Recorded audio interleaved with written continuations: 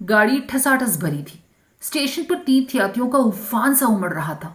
एक तो माँ की पुण्यतिथि में अर्धकुंभ का मेला, उस पर प्रयाग का स्टेशन। मैंने रिजर्वेशन स्लिप में अपना नाम ढूंढा और बड़ी तसल्ली से अन्य 3 नामों की सूची भी देखी। चलिए, तीनों महिलाएं ही थी। पुरुष सहयात्रियों के नासिका गर्जन से तो छुट्टी मिली। 2 महिलाएं आ चुकी थी। एक, जैसा कि मैंने नाम से अनुमान लगा लिया था, महाराष्ट्री थी और दूसरी पंजाबी। तीसरी मैं थी और चौथी अभी तक नहीं आई थी। मैं एक ही दिन के लिए बाहर जा रही थी, इसी से एक छोटा सा बटुआ ही साथ में था।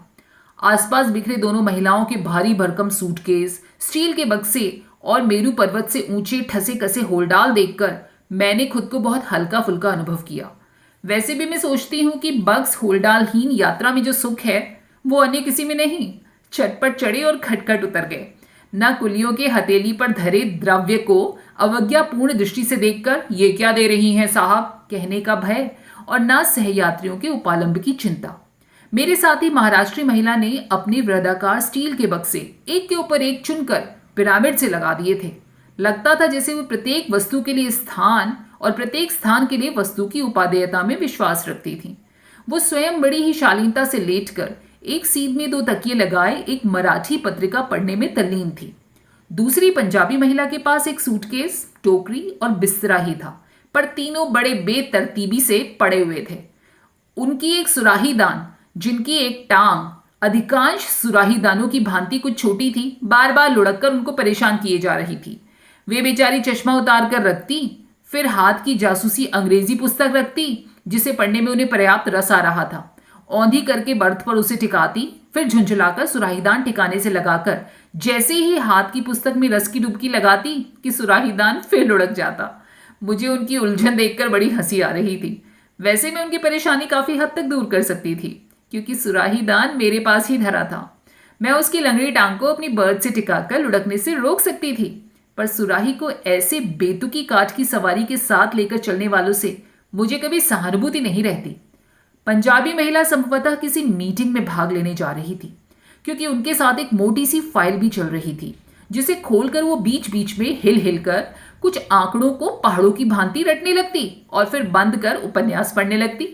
उनकी सलवार कमीज और दुपट्टा, यहाँ तक कि रुमाल भी खद्दर का था, और शायद उसी के संघर्ष से उनकी लाल नाक का सिरा और भी अबीरी लग रहा था। उनके चेहरे पर रोब था, किंतु लावण्य नहीं था। रंग गोरा था, किंतु खाल में हाथ की बुनी खादी का सा खुरदरापन था।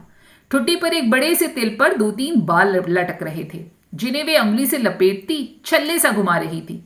या तो वो प्रौढ़ा कुमारी थी या फिर विधवा, क्योंकि चेहरे पर एक अजीब सा रीतापन था। जीवन के उल्लास की कमी, एकाध रेखा ढूंढने पर भी जीवन के उल्लास की न मिली। जासूसी पुस्तक को थामने वाले उनके हाथों की बनावट बड़ी मर्दानी और पकड़ मजबूत थी। ये वे हाथ नहीं हो सकते, मैं मनी मन सोच रही थी, जो बच्चों को मीठी लोरी की थपकने देकर सुलाते हैं, या पति की कमीज में बटन टांगते हैं, या चिमटा संडासी पकड़ते हैं। ये वे हाथ नहीं हैं जिनकी हस्त रेखाओं को उनकी कर्म रेखाएं धूल कालिक की दरारों से मलिन कर देती हैं। मेरा अनुमान ठीक था। स्वयं ही उन्होंने अपना परिचय दे दिया। वे पंजाब के एक विस्थापित स्त्रियों के लिए बनाए गए आश्रम की संचालिका थी। हाल ही में विदेश से लौटी थी और लखनऊ की किसी समाज कल्याण गोष्ठी में भाग लेने जा रही थी। समाज सेविकाओं में उनका नाम अग्रणी था। महाराष्ट्री महिला के परिचय को कोई प्रश्न ही नहीं उठता था। उस अल्प भाषणी सुंदरी प्रौढ़ा ने हम में से किसी को भी मैत्री का हाथ बढ़ाकर प्रोत्साहित नहीं किया। हाथ की मराठी पुस्तिका को वो पढ़ती तो कभी स्वयं ही मुस्कुराए जा रही थी और कभी गहरी उदासी से गर्दन मोड़ ले रही थी। स्पष्ट था कि किसी कुशल मराठी कथा लेखक की शुद्ध कलम का जादू उन्हें कठपुतली सा नाच नचा रहा था। वे हमारे डिब्बे में होकर भी नहीं थी हमारे साथ। उनके गोरे रंग पर उनकी लाल शोलापुरी साड़ी लपेटे मार रही थी। गोल परिपाटी से बंधा गया जूड़ा एड़ी चुंबी केश राशि के मूलधन का परिचय दे रहा था। कानों में 7 मोतियों के वर्तुलाकार कर्णफूल थे और गले में दोहरी लड़ी का मंगलसूत्र, जिसे वे अभ्यास वंश बार बार दांतों में दबा रही थी। उनके सामान पर संभवतः उनके पति के नाम का लेबल लगा था, मेजर जनरल वनोलकर, और वे वास्तव में थी भी एक मेजर जनरल की पत्नी होने योग्य। पूरे चेहरे में दोनों आंखें ही सबसे ज्वलंत आभूषण थी। वे कुछ नहीं बोल रही थी, पर वे बड़ी बड़ी आंखें निरंतर हंसती मुस्कुराती, परिचय देती, मजाक उड़ाती जा रही थी। कभी वे मुझे देखती तो कभी उस पंजाबी महिला को, पर आंखें चार होते ही बड़ी अवज्ञा से दृष्टि फेर मंगलसूत्र दांतों तले दबाकर पत्रिका पढ़ने लगती। गाड़ी ने सीटी दी और ठीक समय पर हमारे साथ की चौथी महिला ने डब्बे में प्रवेश किया। गाड़ी मानो उन्हीं के लिए रुकी थी। डांट डपट की फुफकारे छोड़ती गाड़ी चली और उसी धक्के के साथ वो महिला फट से सीट पर लुढ़क पड़ी। उनके हाथ में बेत की बनी एक छोटी सी टोकरी थी और कांख में चौकोर बटुआ दबा था। उफ, लगता था गाड़ी छूट जाएगी। बाप रे बाप, कैसी दौड़ लगानी पड़ी। मैं उन्हें देखती ही रह गई। समाज सेविका ने जासूसी उपन्यास बंद कर दिया और मराठी मोनालिसा ने चश्मा उतारकर हाथ में ले लिया और बैठ गई। हम तीनों की ही दृष्टि उस चौथी पर आबद्ध हो गई। दोष हमारा नहीं था, वो चीज ही देखने लायक थी। हमारा घूरना उसने भांप लिया था। केम बेन, बहुत लंबी हूं ना? वह हंसी। 6 foot 10.5 inch to be exact. शायद भारत की सबसे लंबी नारी। चलिए अच्छा, इस डिब्बे में आज हम चारों महिलाएं हैं, नहीं तो मुए पुरुष भी मुझे घूरते हैं। फिर वे दनादन हमारा इंटरव्यू लेने लगी। पहला प्रहार मुझ पर ही हुआ। समाज सेविका ने तो ठक ठक कर 2-3 रूखे उत्तरों के चांटे धर दिए और महाराष्ट्री महिला ने हिंदी नहीं जानता कहकर पीठ फेर ली तो उस महिला ने त्रुटिहीन अंग्रेजी का धारा प्रवाह भाषणदार झाड़ दिया। मुझे मदालसा कहते हैं, मदालसा सिंघाड़िया। कल ही प्रिटोरिया से आई हूं अपने पति की मृतदेह लेने। मैं चौंक गई। समाज सेविका ने अपने रूखे व्यवहार पर लज्जित होकर चट आगे बढ़ उसके दोनों हाथ थाम लिए। अरे राम राम, कोई दुर्घटना हो गई थी क्या? उन्होंने बड़े दर्द से पूछा।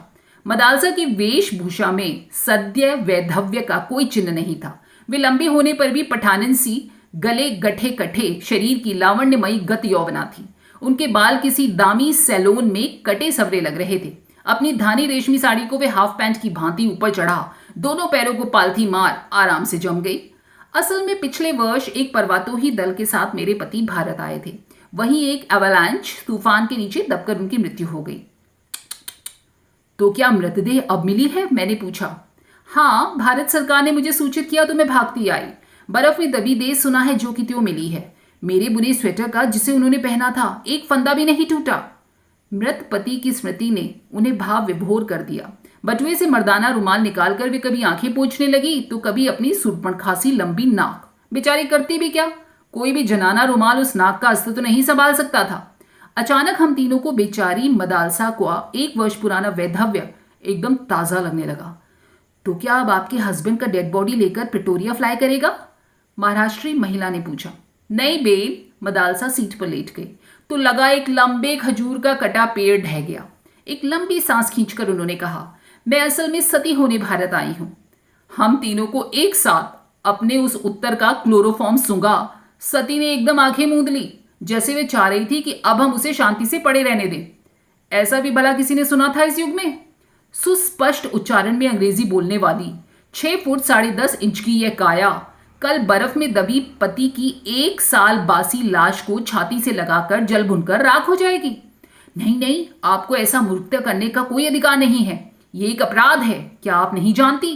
खादीधारी महिला उठकर मदालसा के सिरहाने जा बैठी। ऐसे गंभीर भाषण की गोलाबारी झाड़ने लगी जैसे चिता सचमुच प्रज्वलित हो चुकी है और सती लपटों में कूदने को तत्पर खड़ी है। भावावेश के दुर्बल क्षणों में नारी कभी बचपना कर बैठती है, इसका मुझे व्यापक अनुभव है। अभी हाल ही में मेरे आश्रम की 2 युवतियां ऐसी मूर्खता कर बैठी। मुझे ही देखिए, भारत विभाजन के समय मेरे पति की हत्या कर दी गई थी, पर मैं क्या सती हो गई? सिली सेंटिमेंट। यदि मैं भी उस दिन आपकी भांति सती हो जाती तो आज यह देह दीन दुखियों के काम आ सकती थी। पहले मॉडल जेल की अध्यक्षा रही और अब गिरी पड़ी बहनों के आश्रम की देखरेख करती हूं। ना बेब ना, मदालसा ने करवट बदली। मैं तो सती होने ही भारत आई हूं। हाय मेरा नील रतन, नीलू डार्लिंग, कहकर वह फिर मर्दाने रुमाल से मुंह छिपाकर सिसकने लगी। आप चाहें तो मैं आपके साथ चल सकती हूं। आपके पति के अंतिम संस्कार में सहायता कर आपको अपने आश्रम में ले चलूंगी। समाज सेविका ने अपने उदार प्रस्ताव का चुग्गा डालकर मदालसा को रिझाने की चेष्टा की। मदालसा बड़ी उदासी से हंसी। धन्यवाद बेन, पर ब्रह्म भी अब मुझे अपने निश्चय से नहीं डगा सकते। यह रोग हमारे खानदान में चला आया है। मेरी परनानी तो राजा राममोहन राय और सर विलियम बेंटिक्स को भी घिस्सा देकर सती हो गई थी। और नानी के लिए तो लोग कहते हैं कि नाना जी की मृतदेह गोद में लेकर चिता में बैठते ही स्वयं चिता धू धू करके जल उठी। और फिर मेरी माँ, और अब मैं। खैर हटाइए भी, पता नहीं किस धुन में आकर आप लोगों से कह गई। I should not have told you, मुझे आपसे नहीं कहना चाहिए था। चलिए हाथ मुंह धोकर खाना खा लिया जाए। क्यों, क्या ख्याल है आप तीनों का? उन्होंने अपनी कदली स्तंभ सी जंघाओं पर दोनों हाथों से त्रिताल का एक टुकड़ा सा बजाया। हम तीनों को एक बार फिर आश्चर्यचकित गोता लगाने को छोड़ वे टोकरी से एक स्वच्छ तौलिया और साबुन निकालकर गुसलखाने में चली गई। उनके जाते ही हम तीनों परम मैत्री की एक डोर में गुथ गए। अजीब औरत है। क्या आप सोचती हैं ये सचमुच सती होने जा रही है? मैंने मराठी महिला से पूछा। देखिए, मरने वाला कभी ढिंडोरा पीट कर नहीं मरता, वो हंसकर बोली। हमको तो इसका ये स्क्रू ढीला लगता है। उन्होंने अपने माथे की ओर उंगली घुमाई। इस जमाने में ऐसे सती फती कोई नहीं होता। क्षमा कीजिएगा, खादीदारी महिला बड़ी गंभीरता से बोली। मुझे औरतों का अनुभव आप दोनों से ज्यादा है। मैं ऐसी भावुक प्रकृति की भोली औरतों को चेहरा देखते ही पहचान लेती हूँ। आंखें नहीं देखी आपने उसकी? कितनी निष्पाप, कितनी पवित्र, कितनी उदार हैं। मुझे पक्का विश्वास है कि पति की मृतदेह को देखते ही यह मूर्खता कर बैठेगी जिसका यह खुलेआम ऐलान कर रही है। लगता है मुझे अपना प्रोग्राम कैंसिल कर इसके साथ जाना पड़ेगा और पुलिस को खबर देनी होगी, तभी इसे बचाया जा सकता है। इतने में ही मदालसा हाथ मुंह धोकर ताजा चेहरा लेकर आ गई। रेलगाड़ी वन, ग्राम, नदी, नाले, पुल कूदती फांती सर्राटे से भागी जा रही थी। मदालसा ने अपनी टोकरी खोलकर नाश्ता दान निकाल लिया। जैसे खरबूजे को देखकर खरबूजा रंग पकड़ता है ना, ऐसे ही एक यात्री को खाते देखकर दूसरे सहयात्री को भी भूख लगाती है। क्षण भर में सती प्रथा पर चल रही बहस कपूर धुएं की भांति उड़ गई और चटाचट नाश्ते दान खुलने लगे। आइए ना, एक साथ बैठकर खाना खाया जाए, मदालसा ने कहा और बड़े यत्न से स्वच्छ नैपकिन बिछाकर छोटे छोटे स्टील के कटोरदान सजाने लगी। धन्यवाद, मैंने कहा, पर हमारे पास भी तो खाना है, इसे कौन खाएगा? अरे वाह जी वाह, उसे हम खाएंगी। ईश्वर ने ये 6.5 फुट 10.5 इंच दुर्ग आखिर बनाया किस लिए है? उनकी भुवन मोहिनी हंसी ने हमें पराजित कर दिया। वैसे भी हम तीनों एक दूसरे की काग दृष्टि से सती के पकवानों को आंखों ही आंखों में घूरते चखते पकड़ भी चुके थे। सुनहरी मोयनदार कचौड़ियां, मसालों की गहरी परत में डूबी सब्जियां थी, रायता था, चटनी थी और थे ठांस ठांस कर बांधे गए मेवा जड़े बूंदी के लड्डू। ये तो सफर का खाना नहीं है, अच्छा खासा विवाह भोज है। समाज सेविका की आंखों में ला टपक पड़ी। बड़ा हेवी खाना लेकर चली हैं आप, उन्होंने कहा और कचौड़ियों पर टूट पड़ी। हम तीनों के पास भारतीय रेल यात्रियों के साथ युग युगांतर से चली आ रही वही पूरी तरकारी और आम के अचार की फांके थी। अपना खाना खाया ही किसने? मदालसा के स्वादिष्ट भोजन को चटकारे ले लेकर हम तीनों ने साफ कर दिया और उधर वो अकेली ही हम तीनों के नाश्तेदानों को जीभ से चाट कर गई थी। विधाता ने सचमुच ही उनके शरीर के दुर्ग में असीम गोला बारूद भरने के लिए अनेक कोष्ठ प्रकोष्ठों की रचना की थी। महातृप्ति के कई तार और मंद्र सप्तक के डकार लेकर हाथ मुंह धो मदालसा ने टोकरी में से एक मस्जिद के गुंबद के आकार का पानदान निकाला। ये मेरे नीलू ने मुझे बगदाद से लाकर भेंट किया था। उसे पान बेहद पसंद था। इसी से एक ढोली मगही पान और ये पानदान लेकर ही कल चिता में उतरूंगी। इसी शहीदाना अंदाज में हम तीनों को घायल कर उसने केवड़ा, इलायची और मैनपुरी सुपारी से ठसा बीड़ा हमको थमाया। सती प्रथा पर फिर जोरदार बहस छिड़ गई। हाय मेरे अंतिम सफर की प्यारी साथिनों, तुम अब हमें नहीं रोक सकती। मदालसा लेट गई और बड़ी सदी आवाज में गाने लगी। न जान्यू जानकी ना थे सवारे शुथवानु छे। समझी इसका अर्थ? उन्होंने हंसकर मुझसे पूछा। जानकी नाथ भी ये नहीं जान सके कि सुबह क्या होगा। अब मुझे लगता है उस गुजराती पद की व्याख्या उन्होंने संभवतः हमारे ही हित में की थी। चलो जी, अब सो जाओ सब। आज इस पृथ्वी पर मेरी ये अंतिम निद्रा है बेन। बहस व्यर्थ है। चलो गुड नाइट और बहुत प्यारे प्यारे सपने दिखे तुम तीनों को। सचमुच ही उसकी शुभकामनाओं ने एक जादू का असर किया। ऐसी नींद तो पहले कभी नहीं आई थी। और सपने, कभी जगमगाते आभूषणों के ढेर में गोते खा रही हूं तो कभी हीरे के हारों से गर्दन टूटी जा रही है, बाजूबंद अंगूठियों के भार से हड्डियां खिसकी जा रही हैं। और साड़ियां, क्या रंग है, कैसा चिकना रेशम। साड़ियों के विशाल उद्दी में रंगीन कीमती साड़ियों की तरंगे रह रहकर उठ रही हैं। इससे प्यारे सपने और क्या दिख सकते हैं? पर सपनों का अंत भी समुद्र के ज्वार भाटों की ही भांति वास्तविकता की अंतिम तरंग ने पटाख से हम तीनों को धोबी पछाड़ दी। आंखें खोली तो सती मैडम गायब थी। हाय मेरा स्टील का बक्सा। मिसेज वनोलकर बर्थ से उतरते ही लड़खड़ा गई। उसमें तो मेरे विवाह का जड़ाऊ सेट था। लगता है वो सती की बच्ची हमें कुछ विष खिला गई। सर फटा जा रहा है। उनका गला भर्रा गया था। हाँ ठीक ही तो कह रही थी। मुझे जैसे कोई सावन के झूले की ऊंची ऊंची पेंगे दे रहा था। पूरा डब्बा गोल गोल घूम रहा था। पंखे के चारों ओर बल्ब, बल्ब के चारों ओर छत, और छत के इर्द गिर्द कई रेशमी साड़ियां और भारी भारी आभूषण पहने स्वयं मैं लट्टू सी घूम रही थी। कभी जी में आ रहा था जोर जोर से हंसूं, तो कभी दहाड़े मार मार कर रोने को तड़प रही थी। बहुत पहले एक बार भाभी ने भंग खिलाकर ऐसी ही व्यवस्था कर दी थी। सुना गया है कि कुकुरमुत्तों को पीस कर बनाया गया विष भी ऐसे ही मीठे सपने दिखाता है। उनको खाते ही गहरी नींद आ जाती है, जो कभी कभी बहुत दिनों तक नहीं टूटती। मीठे सपने दिखा सजग मनुष्य को अर्ध विक्षिप्त सा कर देने वाला ये अवश्य वही विष होगा। समाज सेविका दोनों हाथों से सिर थामे बिलख रही थी। हाय, मैं तो लुट गई।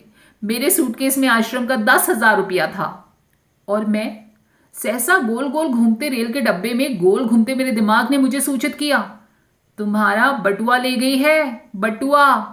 और ले भी क्या जाती, सामान तो कुछ था नहीं। 55 रुपये और एक फर्स्ट क्लास का वापसी टिकट। सती की चिता में मैं यही सामान्य सी घृता होती दे पाई। चेन खींचकर गाड़ी रोकी गई। सचमुच ही समाज सेविका को पुलिस को खबर करनी पड़ी, पर सती को बचाने के लिए नहीं, पकड़वाने के लिए। वो मिल जाती तो शायद हम तीनों स्वयं उसकी चिता चुनकर उसे झोंक देती। पर कहना व्यर्थ है, आज तक पुलिस उस सती मैया के फूल नहीं चुन पाई। दोस्तों, कैसी लगी आपको ये कहानी सती? कमेंट करके बताइएगा, और अगर पसंद आई हो तो प्लीज लाइक, शेयर और सब्सक्राइब करने में कंजूसी मत करिएगा। फिर मिलेंगे अगली बार ऐसी ही कहानी के साथ।